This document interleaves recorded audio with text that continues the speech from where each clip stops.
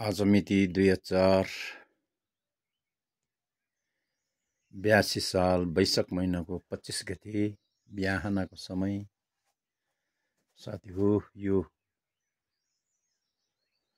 मेरो सुताइको ठाउँ हो। यहाँ 2062 सालदेखि यहीँ सुतिरहेको छु साथी हो। हालत भनेको यस्तै हो। हामी तपाईको एउटा हामीले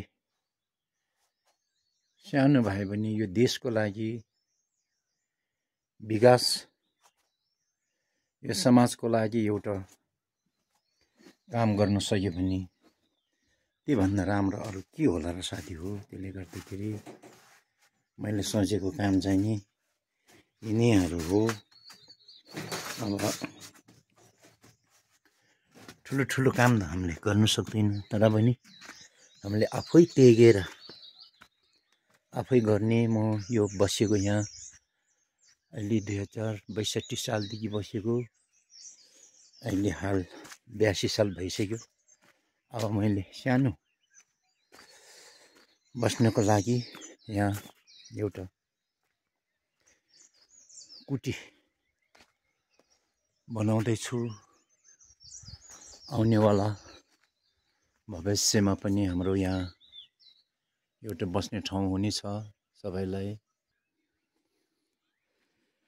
बिहानको समय हो, एकदम राम्रो छ। यहाँतिर चराहरू कराइरहेछ।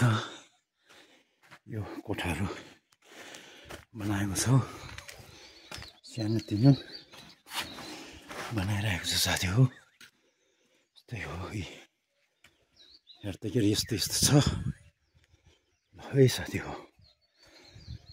हामीले यहाँ उर्बङगाङ फलेक्टर नाम छ, मैबल नाम छ, तक्सर पुखरी कलाबारी भ्रेङब्रेङ त्यो चाहिँ मराङ भइरहमा यो चाहिँ यो 1 नम्बर छुर्तेन हो साथी हो। यो भन्दा माथि 7 वर्ष जम्मा 8 हो।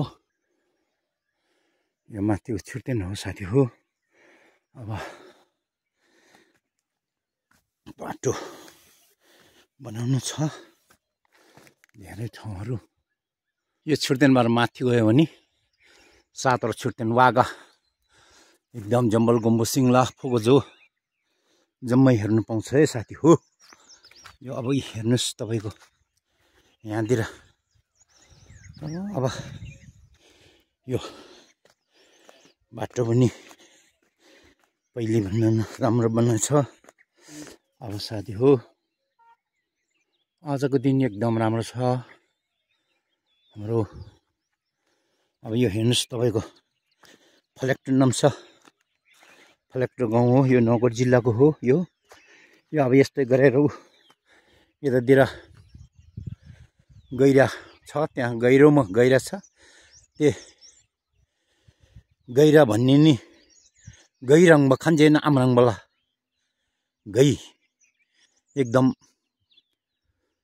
तामाङहरूको चुलामाथि राख्ने एउटा हुन्छ, त्यसलाई गै भन्छ। गैरङ बक्का खन्जेन आमरङ बिग्लादा त्यही गैरङ बताजिम चाहिँ अहिले भ्रामस्ताजिम गैरा नाम सबङबा अहिले स्कुल चाहिँ मराङ दिबा क्यों बा घंडी चिलिङगङ एकदम बोल्दै जैन बङबा चिलिङगङ म जाने अहिले एकदम राम्रो बुद्धको मूर्ति बन्दैछ, अहिले सुरु हुँदैछ साथी हो। यहाँ आस्ते आस्ते विकास बन्दैछ, तर हामीले एउटा विकास बनाउनको लागि आफूले दुःख गर्नुपर्छ। त्यत्तिकै भाषणमती गरेर मोज मस्ती गरेर हिँडेर भनेर मात्रै त केही नै विकास हुँदैन। त्यस कारणले गर्दाखेरि हामी गर्नै पर्छ, सबै मिलेर गर्नुपर्छ। एउटाले मात्रै गरेर पनि हुँदैन। यो अहिले नेपाल अहिंसावादी बौद्ध धर्म विश्व शान्ति चक्र सङ्घले 2062 सालदेखि यहाँको पुरा श्रमिक गर्न सक्ने यहाँको जनताहरूलाई बोलाएर बनाएको यो धादिङ जिल्ला नेत्रवती डपचम गाउँपालिका र नौगढ जिल्ला मेकङ गाउँपालिकाको सिमानामा पर्ने वाका क्षेत्रमा धेरै त भन्न सक्दैन, थोरै भए पनि एकदम राम्रो विकास हुँदैछ। उहाँहरूको श्रमिक, उहाँहरूको सर्वदान, उहाँहरूले गरेको मेहनत कहिले पनि खेर जाने छैन भनेर मैले विश्वास गरेको छु। यो मेरो आदरणीय गुरुहरूको आज्ञा अनुसार गर्दै आएपछि यो माथि विकास भएकै छ, नभएको होइन। यहाँ एक प्रकारको हजार सिँढी त माथिसम्म पहिले लगाएको थियो। अहिले झन्नै यहाँ सिमन्डी लगाएको सिँढी पनि 700 भन्दा माथि छ, 1000 भन्दा मुनि छ। त्यस्तो गर्दै गएको छ। यही तालले हाम्रो विकास हुँदैछ भन्दै म आजको यो सानो भिडियो यहीँ रोक्न चाहन्छु। किन भन्दै मौसम सप्प छ, अझै पनि मेरो यहाँ कामहरू धेरै छ।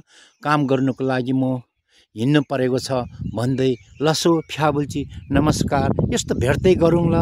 तपाईहरूले पनि यो जहाँबाट यो भिडियो हेरिरहनु भएछ, तपाईहरूले पनि योलाई हेरेर सहयोग गर्नुहोला। किन भन्दाखेरि केही नै नभए पनि मनले मात्रै पनि सहयोग गर्नुहोला भन्दै लसो फ्याबुल्ची। सहयोग भने फेरि पैसाले पनि गर्न सक्छ, यहाँ आएर पनि गर्न सक्छ।